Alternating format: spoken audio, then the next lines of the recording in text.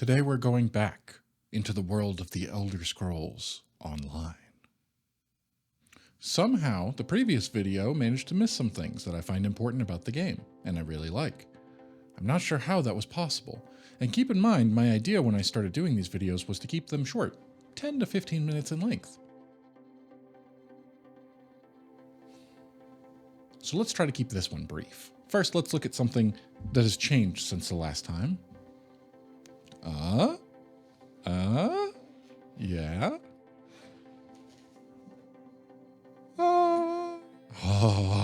So I got this, right? Ordered it very soon after that. And I really, not only is it cool and I want to talk about it because I really like it, but I also missed some things about it that I was unaware. So we can just go ahead and quickly talk over those. The first thing that I got wrong happens to do with some of the features about the controller that I was unaware of. That happens. I just didn't know about it. So one of the things is that this is not a share button. What it does, we'll get to in a minute, but I talked before about how I was really looking forward to accidentally pressing a share button repeatedly. That's not what that is.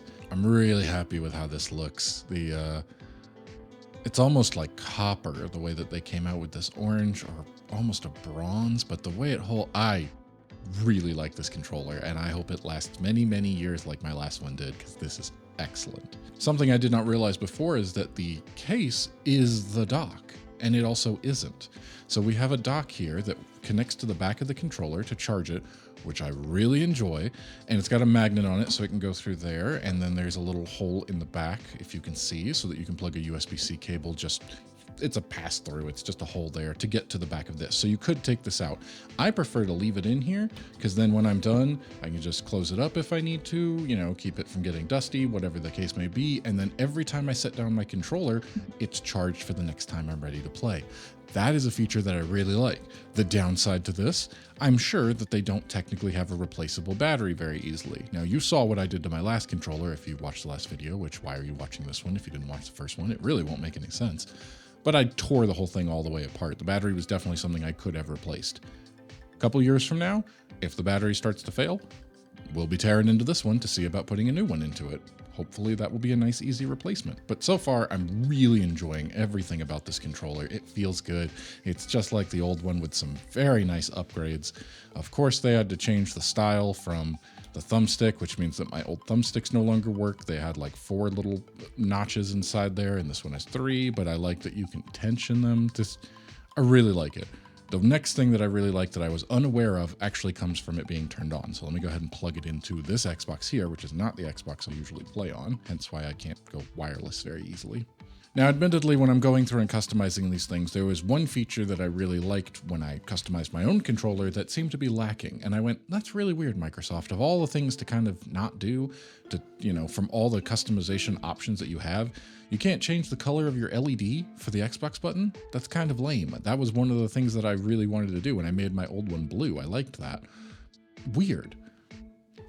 It may have been on the product description. I don't know. I didn't notice that. This is just some white, and as it was on there, but if I switch it over, I don't know if you're going to be able to see very well.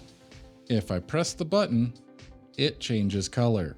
I have a couple different things set up, and the way that it works with that, so you can set up multiple profiles on the controller, and you can switch between them by pressing the button. I think I only have 2 set up right now, but that's a quick hot swap way to get between them. That's really cool, and you can assign a color to that. I really like the way that they did that. This is a much better option. They just put a full color changing RGB in there. I can set it up between profiles. So let's say I'm ready to play ESO. I pop over to the ESO profile, whatever color that may be. I've forgotten off the top of my head. And now my back buttons are doing stuff. I really like that feature. I like that I'm able to switch between them. There was, on the other controller that I was using, the ability to just swap between 2 of them. I like that they've added a 3rd one in there. Really, it's 4, because if you go to if you go to any profile on here and then you just hold down the button, it resets you back to normal Xbox, and these back buttons don't do anything. That's fantastic. They put the use case in there, and I immediately went, yes, that's exactly why I want that. What if I'm watching a video and I set down my controller because I'm watching a video and it presses one of the back paddles? That has happened to me so many times, to the point where I take the paddles out and put them somewhere and hope I don't lose them, or the cat finds them and goes, ooh, a toy, bat, bat, bat, bat, bat, and then I lose one of them, which thankfully never happened. But accidentally pressing paddles when I was setting it down definitely happened a fair amount. So I really like that I can just quick swap between those and get back to not saving up one of my slots and having just a normal Xbox controller. Fantastic. Really like that that's a thing. Let's get into the game.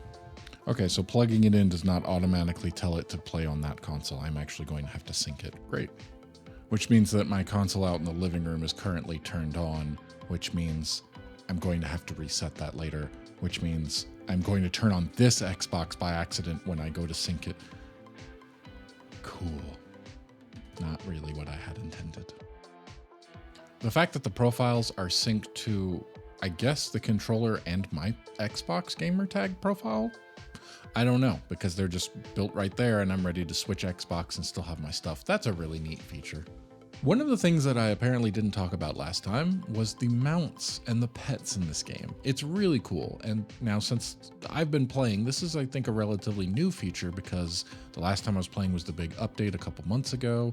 I think they've put the random mounts and you can favorite them so you can swap in and out with different ones or have it random. I like that idea. That's really cool because there's so many here that I don't use. I'd swap between a couple of my favorites here. Some of the horses are really, really pretty, like that. It's not always easy to see your own mount in this game without a free-flowing camera, but it's pretty cool. And I like that I can customize my mount for my companion as well, so sometimes we can match. They've got this kind of like a mushroom horse, so how I think of it, because it's kind of got growths all over it. That one was one of the ones from the newest DLC update. What was it called? Yeah, Sunspore, the Moraspore steed. So yes, it's got like mushrooms on it, so that's pretty cool. But not just horses, you can have felines. So a cat a cat feline. It's pretty cool. I'm a fan of this as well. Especially I like being able to have some of the skeletal ones on one of my other characters when I'm running around, so that you can you match skeleton to skeleton. Anyway, you also get a bunch of pets. Some Daedric, you get some flying pets. I really like this. I like being able to customize. I like having little, what about a little wolf? What about little wolf with me, huh? That one I might actually be able to. When we come down here. Look at the little buddy. Look at him. Look at I'm not sure how I could have forgotten last time, but this is a really cool thing.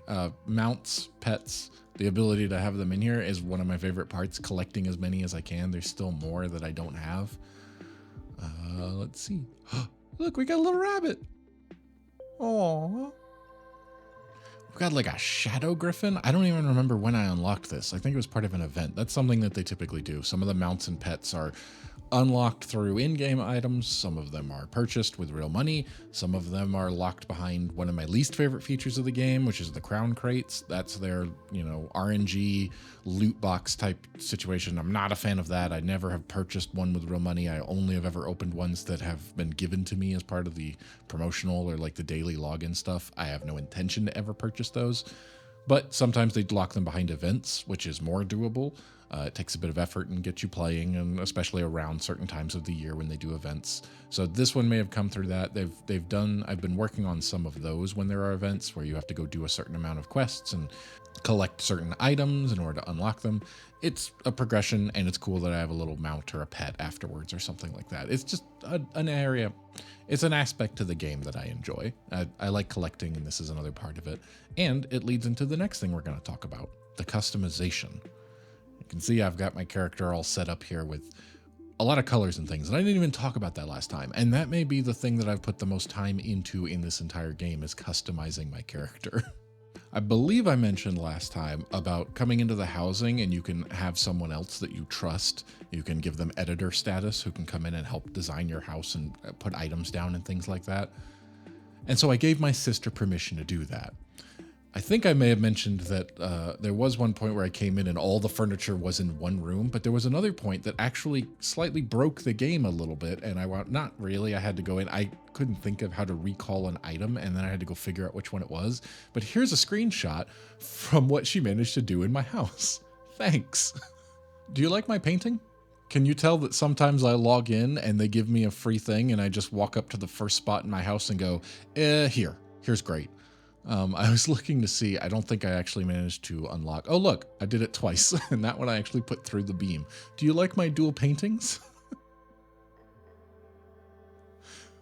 I'm just going to real quick run through here. What I'm looking for is a customization station. Oh, this is why I didn't show you last time. Because I have all these items that take up space. I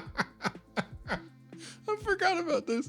It looks like I've walked into an Alice in Wonderland type situation where the floor is on the ceiling and oh man, I forgot. I was going to come in at some point and actually organize all of this. And instead I just kind of dumped it all here. Let's see. Can I get upstairs? I know I was working on upstairs. Oh, this is nice. Why have I done this? Here we go. I can get upstairs.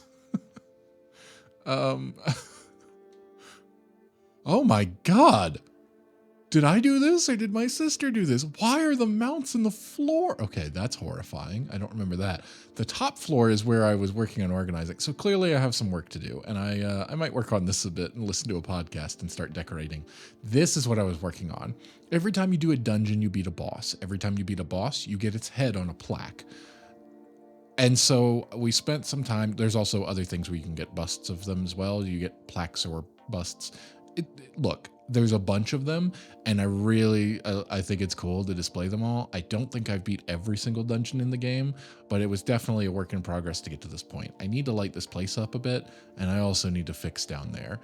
I don't think I ever unlocked a customization station is what I'm realizing, because I don't see one anywhere. So we're going to fast travel to one real quick. It's actually funny. After playing this game for so many years, my brain fills in like, where's the closest station? Oh, I don't remember where closest one is, but I remember where the one that I go to the most is, and that's back in the main area that I've spent so much time in.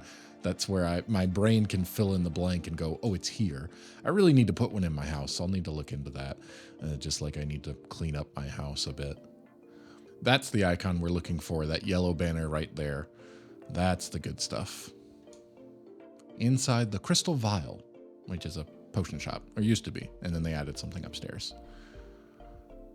This is one of my favorite things about any game ever. The outfit station, that's what it's called. Being able to change your outfit. I really like video games that have customization. I really like being able to customize. I wish they would give me even more customization than changing some colors, but I'll take what I can get. I'm trying to think. There was a game a long time ago that the rest of the game was terrible. I don't remember what it was, but I know that I could customize my weapon, and it was swords, and you could customize your hilt, you could customize your handle, the blade style. It had a lot of customization. The rest of the game was not good. If you have any idea what I'm talking about, please tell me. I've been looking for it forever. I can't figure it out. Anyway, in this game, you can customize some of your stuff here, and I really like what you can do. They've upgraded some of it, so you have a ton of styles. These are all the things I've unlocked. I'm trying to unlock everything because I would really like to be able to unlock everything, but there's tons that aren't. Here's, if you show the locked, all the ones that are grayed out, I don't have yet. So there's a bunch. I probably will never actually complete this. Some of them I highly doubt are ones I even can unlock. Some of them, I bet there are some that are locked behind crown crates and ways that I'm not going to pay real money for. But anyway, I really look at my head over there. Look at how everything's changing. This is just the helmet. I can change my chest, my shoulders, my hands, my waist, my legs, my feet, and then both of my weapons. And each one of them has 3 color slots. Some of them don't, depending on which one you're using. Sometimes they don't always have all the color slots. But I've set my character up here to be kind of a greenish. That's what I'm using currently. That's all just your normal equipment. There's 2 types of armor, weapons, stuff like that in the game. There's what you're equipped with and its base style, and then you can put a costume over top of it. So instead of, I don't think I actually have a costume equipped right now, but I can go into my collections real quick and look at appearance. There's all this stuff. I got costumes, and I can put on, what's one of my favorites, I think, was the Court of Bedlam, maybe? Yeah.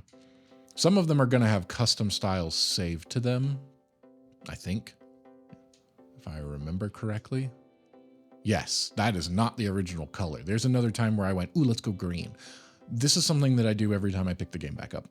The last thing I was wearing, let's put away the costume. I don't need it right now. Well, let's show you how that works. Let's do, this one has a lot of, this was one from a couple DLC ago. This one has a lot of things that I can tweak on it since I'm not currently using it. So I have all these colors unlocked already. And then again, there's a lot more that I haven't unlocked, but it's really cool that you get little tweaks. Some of my favorite colors are in the rare, like the blood gold. I already have that on some of them. It doesn't work quite as well on cloth. Some of these have like really cool features to them. Like they'll make them shine, or it's like a gold.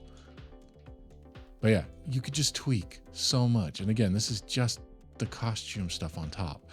Yeah, we don't actually need to save that. You can also do your companion. They added that to the point where you can customize your full companion. So like she's wearing that right now because I don't think I've put a costume on her currently, or maybe that is a costume. Oh yeah, see, so she's got normal equipment. I haven't customized any of this. Anyway, it's really expansive. There's all this. Oh, I haven't mentioned, there's also more. When you go into your equipment, you don't just change the colors. You can change your weapon style entirely. So that's something that like I haven't done too much on here because the staffs, they're okay. There's nothing that I'm not really into that, but I am into swords. And on one of my other characters, I put a katana with like a gold hilt and a red blade. I could go on about this at length. The point is, I really like all the customization options in here. It's really cool. I don't actually want to wear that. I like my old outfit better. We can take that off and hopefully get back to, there we go. I really like these ones with the wings. It's really cool. I like having the wings. I'll probably change it up because I'm about to get back into playing it now that I have this controller. And I want to get some more stuff knocked out. I've been slowly working my way through the collections of everything. And that can take us into the next thing to talk about. First of all, for everything that I've done and the amount of time I put into it, some of them are untouched entirely as far as these are all the in-game achievements, which, ooh, there's a lot. There's a whole lot. But I've look at the one that's the closest, exploration. That's been my main focus on everything, and it's completing everything there. My camera's kind of covering it up. I've almost done everything in this entire area. This whole section here is almost 100% complete. I'm missing 2 books. The books are really difficult to find, and I never bothered going through them. But I've done that for all the base game areas. Every single one of these areas that we're going around to here, the ones up here. I've done everything except for all of the books in all of these areas. That took a lot of time, and it's really fun to go exploring and collecting all this stuff. If you noticed, I play Pokemon regularly, upload a video every time there. I really like collecting in video games, and this has a ton of stuff to collect, and it's really fun to go through. What I haven't done is all the DLC areas yet, so I'm pretty sure I actually did manage to go through a fair amount there. What about over here? Yeah, see, this is what I'm working on next. I got a fair amount to do here, but collecting in this game, really expansive, tons of stuff you can do running all over the place. I like what they've done. I used a website that was a guide back in the day that would show me the locations of some stuff because otherwise you are just randomly running all over the place. I like what they've done where they've upgraded specifically the sky shards. That is how you unlock more skill points in the game is by collecting sky shards. You can kind of see, even though my camera's blocking most of it, I have 1 out of 3 right now. Every 3, you get a skill point. I've collected a ton of them everywhere except for the DLC areas. That took a long time. They've finally added to the point they would glow. I'm not gonna be able to show you any because I have them all collected, but they glow in the game and they shoot up a beam of light so you can see them from somewhere a little bit further away as a distance. They've made it to the point if you get close enough, they just pop it on the map as a marker for you and you see it and go, ah, great, I'll run over there and grab that. So that's something that I really like. I wrote down here to talk about this next thing. I'm not going to really be able to show it to you at this point in time. Maybe this will be part 3 later on because it looks like the servers aren't very populated today, which makes sense. It's a Monday morning at 9 a.m. Mountain time, so it's not the most busy time. Sometimes these are completely full and you wind up sitting there. It's the PvP. I think I did mention it briefly last time because it is just this massive. I wanted to actually go in and show a battle taking place because it is an insane process, but look up a video. Just if you're curious, I'm sure you can just go here on YouTube and type in ESO PvP battle or something like that, large scale battle, and you'll see that it's just hundreds and hundreds of people all playing together in one place, and how much it bogs everything down. And they prioritize certain animations loading over others and kill a bunch of stuff so that the game doesn't crash. That's something that I really enjoy about it. It's fun. I don't get into PvP all that often. It's not.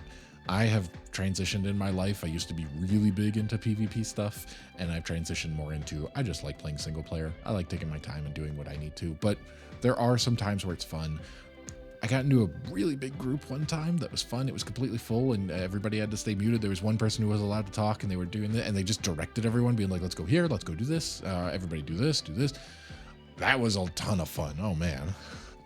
So something I didn't talk about last time was the items. I've got a bunch of them set up on here. You can see the rarity is the different colors. Purple, yellow is, I'd say, the rarest, but they actually added something else. And it's one of my favorite things in the game. I think I've said that multiple times. I really like a ton of this game, can you tell? They added certain rings. Ring of the Pale Order. See how it's even more like the yellow was the top one before? And now this one's got like a border, and it's an orange. I'm not a fan of orange. This is a very specific and special item. I need it for the build that I'm using right now. I don't use it when I go into anything that's group content because it prevents me from being healed by other people. I cannot be healed by anyone but myself, but it's how I survive and how I can take on the bosses and things. It's really cool. These legendary items are rare and they are difficult to get, but I really like the way that they did it. They added it as part of a skill line in order to unlock some of them. The skill line down here is a combination scrying and excavation. And the way that works is you go into your journal and you look at your antiquities. Let's see if I have anything scryable here. Okay, I can just do a basic one to give you an idea of what it is. Oh boy. Okay, so it opens up and you play this little mini game here. You've got to connect all of these glowing ones. So I can hit that. I've got a skill that will let me put that one to there. That hits that one. That'll do that. That gets that one. We can do another one here. And there. There we go. The way that works, the amount that you get, now I've maxed out my skill line, so that's why I have a ton of points, and that's how I can do that. Each one of those gives you a possible location. Thankfully, we got all 6 out of 6, so I'm not going to have to go wandering all over the place so much. So it narrows it down considerably. I know it's in this area here, so I'm just going to pop over to here. That was the scrying part. That's a fun little thing that you do. You pick those up while you're running around doing all kinds of stuff, and then they become scryable. They are time sensitive. Some of the best items have like 30 days that you got to go pick it up. They're real days, so it is like you can't just do it forever. But now I'll walk over this way. I can see the icon there. It's a dig site. So it's something I've gotten before, but you know, just to give you an idea. Let's see. It'll glow when we get close to it. It's got to be up on top, doesn't it? No, you can't get up there. There it is. Okay. Now we found a dig site. It's glowing. You just got to locate it. And we do a little bit of digging here. This is where the excavating part comes in. This is another little mini game that I gotta play, and I need to figure out where. Let's see. So this will start narrowing down. Oh, okay, we got it. There's some green. So now I can start layering this, and I've got the bigger one. I know it's there, but I'm going to guess that it's over here as well. Let's see if I can't uncover this. You have to be careful digging all the way down so that you don't hit the item itself, because otherwise you will break it. There we go. So now it's this way. I think I have enough left that I can get it out of there. There we go. And there you go. Then you dig up the item. I still have a little bit of time left, so we can... I typically just go in the opposite direction and start uncovering something. And we're almost out of... Yeah. There it is. Anyway, we got that stuff. That's cool. So there we go. Now I dug up that, and it gave me a lead. I picked up the green, which is the basic rarity. The blue is the next one, and then purple, yellow, orange is the highest one. That's something I really like. This is a neat little mini game. I'm not that great at it, but like it's a fun little thing that you do to go dig it up and excavate. Finally, there was one last thing that I wanted to talk about, and I'm sure I've kept this video nice and brief considering I've been recording for 52 minutes. Great, that's exactly what I planned to do for this. The final thing is kind of related to the game, but it's more my experience of it and something that I really enjoyed. There are parts of it that aren't that interesting. Just grinding levels is not that much interesting, and that's what I was trying to do. I really wanted to be able to get some of the best items, because as you were a lower level, you would unlock items for your level. So if I'm level 40, I was only getting levels 40 in the items I'd pick up, which would be great when I'm around there, and then you'd quickly outlevel them and they would become useless. So I wanted to hit the max tier. The max tier was actually, you level to 50, I talked about this last time, then you go back to 1 and you got to get to champion points 160. So technically 210 levels, but they go much faster than you would think. Getting the grind to 50, I remember very specifically I had to do during I was doing it during a double XP event, which was really cool, and that made it a lot easier to like push through and get through that stuff, because I'd already completed the main story by that point, I'm pretty sure. The grind to 160, I remember it very clearly. It was that and then far beyond, and you know, hundreds of levels, but it was at a time in my personal life where I was working a job and I was working with a bunch of guys who were older than me by, you know, a decent amount. I was in my 20s and they were like in their 40s. So there's a generational gap there. And they're always talking to me about things that I missed out on, stuff that I never did, stuff that I would have missed, and how better everything was before, which is what it is. But they were right about some things, and it was during this time that I would put on, and I could grind without really looking at the screen that much. I would just have to check in every once in a while, but once you kind of have that muscle memory of pressing the buttons to kill things, you can do it fairly frequently. I watched movies. This is when I really started doing 2 screens, where I would have my game going, and then I'd put movies on the side. And I watched some fantastic movies back in the day, because I'd never seen anything. I don't think we had a TV much growing up, and then by that point, I watched some here or there, background noise kind of stuff, but I never really got into watching movies until this point. I had a whole list. We actually wrote a paper list, and then I would take it and transfer it digital so I could take it home, but we kept one hanging on the wall, and everybody got to come up and make their suggestions, and then it would spawn conversations of, what are you, crazy? He doesn't need to watch this. This is a terrible movie, all this stuff, whatever. I just like things. I don't typically go and hate on it or anything, so that's, you know, for them to do, but I would just take it and see if I liked it. And typically I liked everything. I don't remember watching anything that I did not like, and I can't find that list anymore. I know I made it digital. It seems to just be gone. It sucks. I wish I still had that, because there's tons that I never got to, but I do remember some highlights where the movie's Heat, that was awesome. Memento, and then all of the Christopher Nolan movies that really went down that. Barton Fink was another one I really enjoyed. Donnie Darko. Oh, Blade Runner. Blade Runner was one that made it to the top of the list very quickly, because Blade Runner 2049 was coming out, and my brother was like, you have got to watch this. And I'm pretty sure I'd seen Blade Runner like once, and I don't remember anything about it. So I went back and watched it.